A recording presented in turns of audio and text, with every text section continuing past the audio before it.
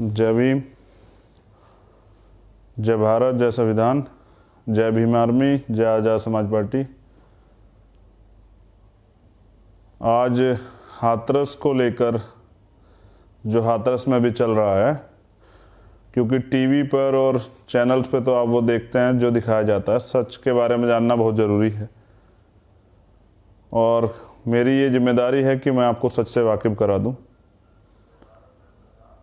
हाथरस में जो जो हुआ वो आपको जानना बहुत ज़रूरी है। बहुत सारी चीज़ें तो आपने मेरे जाने के साथ साथ वहाँ देखी, किस तरह से वहाँ जो है भीम आर्मी की टीम ने काम किया, किस तरह से उस संघर्ष को आगे बढ़ाया। मैं अब बहुत ज़रूरी जानकारी आपसे शेयर कर देता हूँ। पहले तो कल 14 अक्टूबर है। 14 अक्टूबर 1956 बाबा साहब ने धम्म दीक्षा ली। बड़ा दिन है, परिवर्तन का दिन है, तो उसके लिए भी सब लोगों को बहुत बहुत मंगल कामनाएं। लेकिन अभी बात हाथरस की करेंगे, तो लाइव की शुरुआत से पहले विश्व रत्न बाबा साहब अम्बेडकर को नमन करते हुए, बहुजन समाज में जन्मे सभी संतों, महापुरुषों, गुरुओं को नमन करते हुए, छत्रपति साहू जी महाराज, शिवाजी महाराज, बिरसा मुंडा, राष्ट्रपिता ज्योतिबा फूले, पेरियार साहब, नारायण गुरु, शहीद भगत सिंह, उधम सिंह, मेरे आदर्श, मेरे गुरु, बहुजन नायक मान्यवर साहब श्री काशीराम, भगवान वाल्मीकि महाराज, संत सतगुरु रविदास जी महाराज, गुरु नानक देव, संत कबीर, आप सभी के चरणों में नतमस्तक होते हुए पहले हाथरस पे बात करें। देखिए, हाथरस में जो चल रहा था आप सब लोगों को पता है, किस तरह से पीड़िता का सही इलाज नहीं कराया गया। फिर इलाज के लिए एम्स बुलाया गया, तो एम्स की जगह सफदरजंग भेज दिया गया, वहाँ अच्छा ट्रीटमेंट नहीं हुआ, फिर पीड़िता की डेथ हो जाती है। जो जानकारी के बाद जब पूरी जांच होगी तो हो सकता है कि उसके पीछे और भी कुछ चीज़ें निकल के आ जाएं। जैसे मैंने कहा कि मुझे शक है कि अलीगढ़ से डेड बॉडी को ही जो है सफदरजंग शिफ्ट किया गया हो, जनता के दबाव में, आप लोगों के दबाव में, और इसीलिए पीड़िता का शव जो है परिवार को नहीं देखने दिया गया। जिस तरह से मेरी मांग थी कि मेरी क्या समाज की मांग थी कि पोस्टमार्टम दोबारा हो पैनल द्वारा, तो उसमें यह भी साबित हो जाता कि पीड़िता की डेथ कब हुई, तो सरकार को पे बहुत सारे सवाल खड़े होते, इसलिए तरह तरह की चीज़ें करके चीज़ें खराब की गई। आधी रात में परिवार के बिना मर्जी के शव जला दिया गया।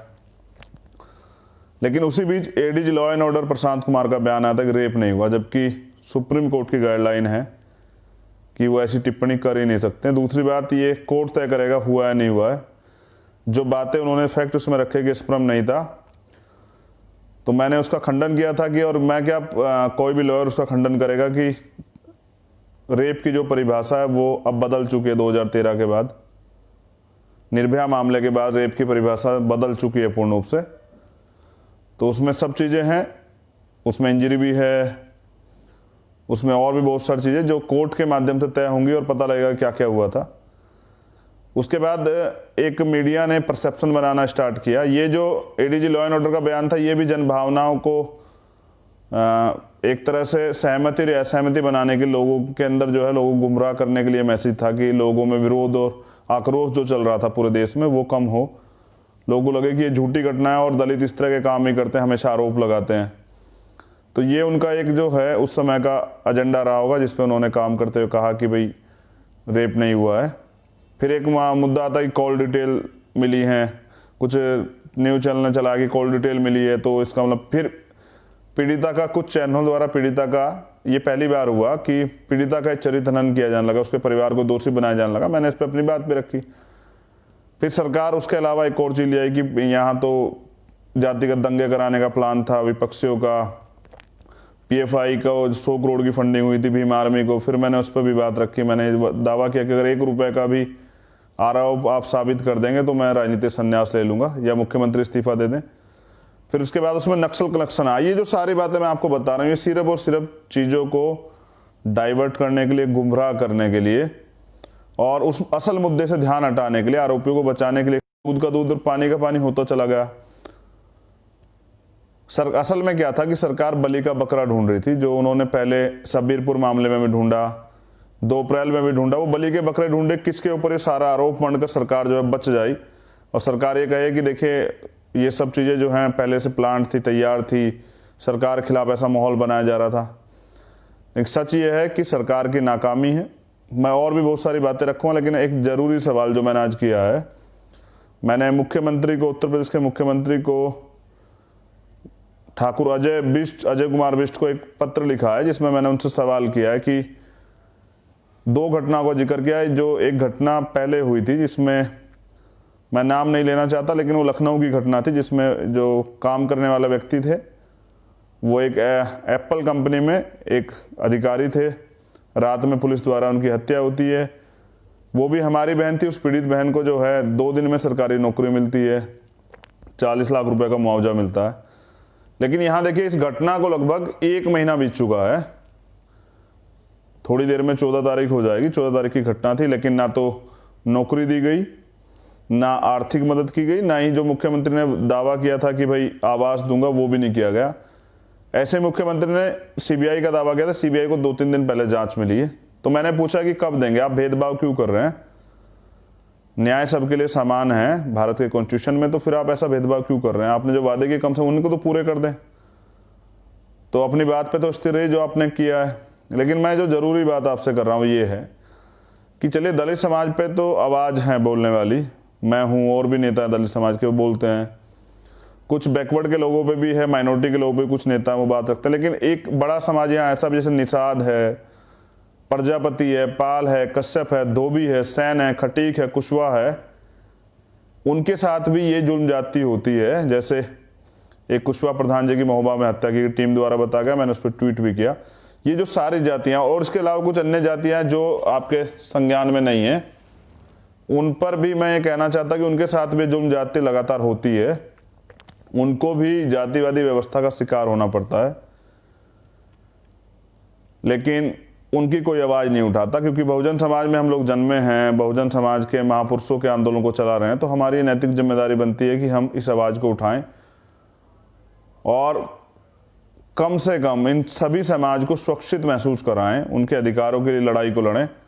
तभी बहुजन बनेगा जब हम ये सारे समाजों की लड़ाई को लड़ेंगे, जो बैकवर्ड के लोग हैं, जो माइनॉरिटी के लोग हैं, जो शेड्यूल कास्ट के लोग हैं, शेड्यूल ट्राइब्स के लोग हैं। अब उन पे क्या क्या हो रहा है ये मैं विस्तार से चर्चा करूंगा। पहले उत्तर प्रदेश पर चर्चा करते हैं।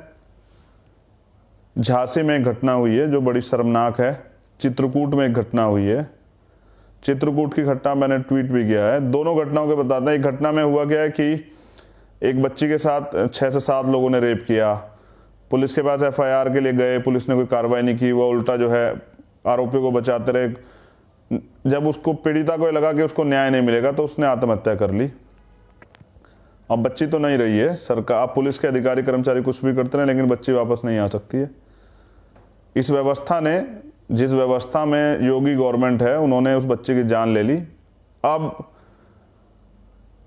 उसका जीवन कौन लौटाएगा? मुख्यमंत्री तो नहीं लौटा सकते हैं, सरकार भी नहीं लौटा सकती, पुलिस प्रशासन भी नहीं लौटा, मैं और आप भी नहीं लौटा सकते। लेकिन ये हो क्यों रहा है? ये इसलिए हो रहा है क्योंकि यहाँ क्राइम बढ़ रहे हैं और मुख्यमंत्री सत्ता में बैठकर जो है अपराधियों का संरक्षण करें। झांसी में एक घटना हुई जहाँ हॉस्टल का जो मामला था, जिसमें जो है एक बच्ची के साथ जो ब्लैकमेलिंग की 10 से 12 लोगों ने रेप किया। लेकिन ये आपका दबाव है और माहौल बना हुआ है उत्तर प्रदेश में, घटनाएं तो हो रही हैं, अपराधियों के हौसले तो बुलंद है, लेकिन सरकार तुरंत, प्रशासन के लोग कार्रवाई कर रहे हैं। लखीमपुर का एक मामला है जिसमें बड़ी दिक्कत आई है, जिसमें जो एक माँ बाप, एक बेटे को और उसके पिता को पीटा गया। चित्रकूट का है, चित्रकूट का, जिसमें पीटा गया और पेशाब पिलाया गया। दलित समाज से हैं दोनों। उन्होंने कुछ दिन पहले जिन आरोपी ने किया उनकी FIR भी कराने के लिए पुलिस से मदद मांगी, लेकिन पुलिस हाथ पे हाथ धर के सोचती रही। परिणाम ये हो गया, उनको पीटा गया और उनका जो है सार्वजनिक अपमान किया गया। ये उत्तर प्रदेश में चल रहा है।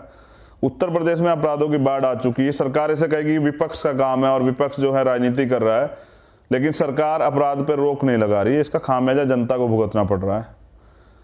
बिहार की घटना है। बिहार में जो है एक महिला के साथ रेप हुआ है और रेप पीड़िता को बंधक भी बना के रखा गया। 6 से 7 लोग थे जिन्होंने रेप किया। एक उसके पीड़िता के जो बच्चा था उसको जो है उसकी भी हत्या कर दी गई। अभी एक खबर आई थी, मुझे कंफर्मेशन नहीं हुआ है कि मोतिहारी में हॉस्टल में जो है, जो SC/ST का हॉस्टल है, उसमें हमला किया गया है कुछ लोगों द्वारा, जिसमें 3 बच्चों को गोली लगी है। उनके हालात भी बहुत अच्छे नहीं हैं। मैं ये जिक्र आपसे क्यों कर रहा हूँ, मैं अंत में इसका कंक्लूजन भी आपको दूंगा। मध्य प्रदेश की घटना है जहाँ भिंड में गोली मारी गई है, स्वर्णों द्वारा एक दलित व्यक्ति, एक नौजवान को गोली मारी गई है। ये मध्य प्रदेश का मामला। राजस्थान में आदिवासियों के साथ जो हो रहा है, आदिवासी छात्रों का, उनकी हक की लड़ाई में जिस तरह वहाँ की, मुझे 1 मिनट लगेगी, बस दीजिए, मैं इसको थोड़ा सा,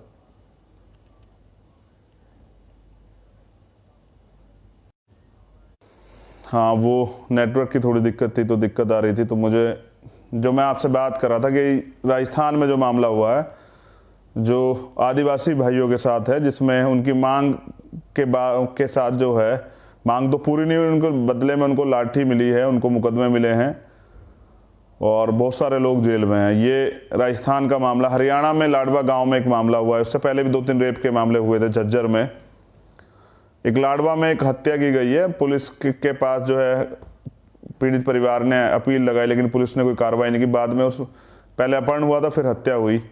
ये मैं सब चीज़ें आपको इसलिए बता रहा हूँ कि सरकार किसी की हो, कोई प्रदेश हो, घटनाएं लगातार हो रही हैं, अपराध चरम पे है। और एक तरह से जो है, जो बहुजन समाज के लोग हैं, दलित हैं, बैकवर्ड हैं, माइनॉरिटी के लोग हैं, शेड्यूल ट्राइब के लोग हैं, उनके साथ ये घटनाएं ज़्यादा हो रही है, क्योंकि उनकी सत्ता में भागीदारी नहीं है।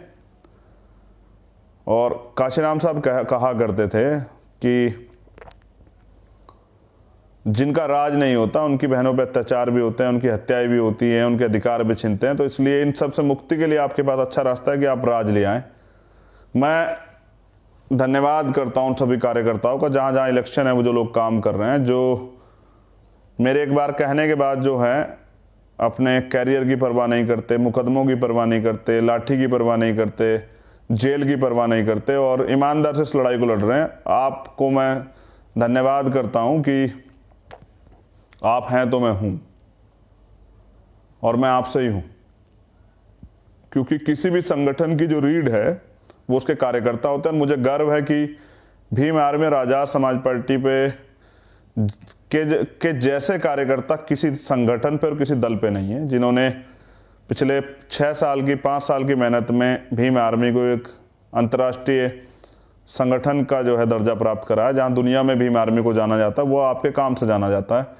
और इस तरह से आज़ाद समाज पार्टी का लगातार काम आगे बढ़ रहा है। अभी बुलंदशहर पे जो टीम लगी, मैं उनका भी सभी का धन्यवाद करता हूँ, नौजवानों का धन्यवाद करता हूँ। जैसा मैंने कहा कि आपने जो ताकत मुझे दी है, जिसके दम पे यहाँ जहाँ इतना भेदभाव है, जहाँ इतने संसाधनों वाली पार्टियाँ सब कुछ है, वहाँ आपकी पार्टी जो है वो भी अपना जो है अपना दम रखती है और अपनी बात कहती है, उसको भी मौका मिलता है। मेन स्ट्रीम मीडिया के लोगों को उनको सुनना पड़ता है, उनकी बात रखनी पड़ती है। तो ये आपका दम है। तो ऐसे तमाम कार्यकर्ताओं को मैं हृदय के से आभार प्रकट करता हूँ। जैसा मैंने कहा कि कार्यकर्ता ही जो हैं संगठन की, पार्टी की रीढ़ होते हैं। आप मेरी ताकत हैं सबसे बड़ी। तो जिनसे मैं बात नहीं कर पाता हूँ या जिनसे बात करता हूँ, सभी का धन्यवाद करता हूँ कि जो ताकत आपने मुझे दी है, जिसकी वजह से आज मैं बड़ी कोशिश करता हूँ कहीं भी अन्याय और उन मुद्दों को उठा के जो है उनमें न्याय दिलाने का प्रयास करूँ, चाहे ट्विटर के माध्यम से, फ़ोन करके, चाहे वहाँ फिजिकली जाके, और जहाँ मैं नहीं जा पाता वहाँ आप लोग जाकर जो हैं इस कमी को पूरा करते हैं। तो ऐसे सभी कार्यकर्ता पदाधिकारियों को बहुत बहुत धन्यवाद, आभार। लेकिन एक ज़रूरी बात आपसे मुझे आज कहनी है,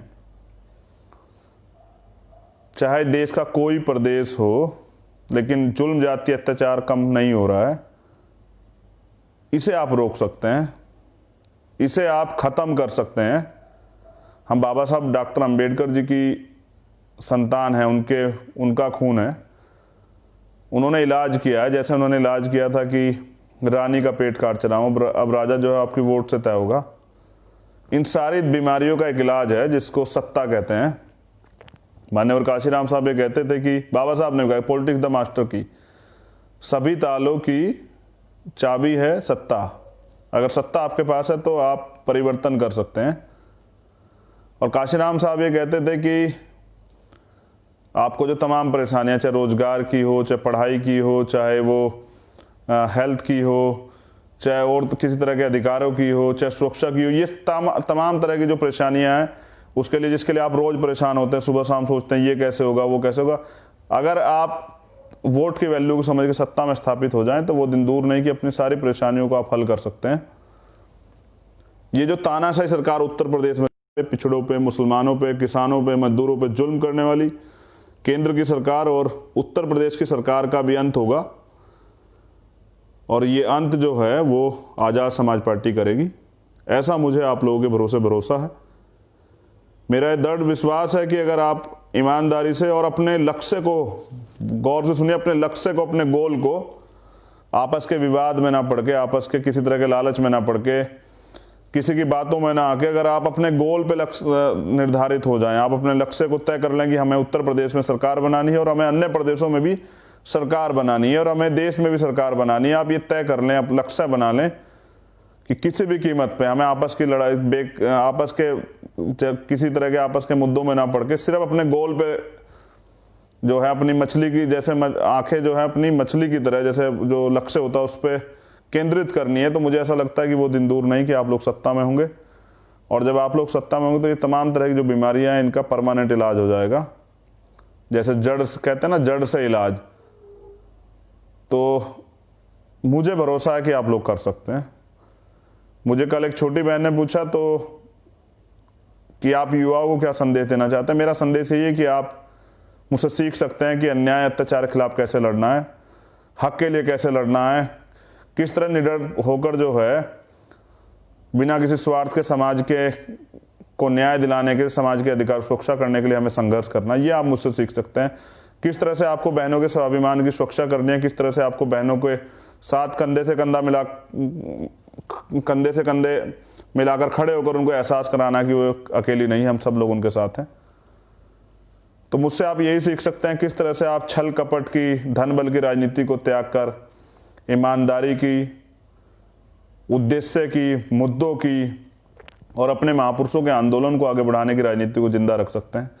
किस तरह से आप ना रुकते हुए, ना झुकते हुए, ना बिकते हुए इस समाज में जो है एक पहचान बना सकते हैं, ये आप मुझसे सीख सकते हैं। लेकिन मैंने जैसा कहा कि मुझे भरोसा है, जैसा भरोसा आपको मेरे ऊपर है ऐसे मुझे भरोसा आपके ऊपर है कि आप आने वाला कल हैं और आप इस देश में बहुजन समाज को दोबारा सत्ता में स्थापित करेंगे।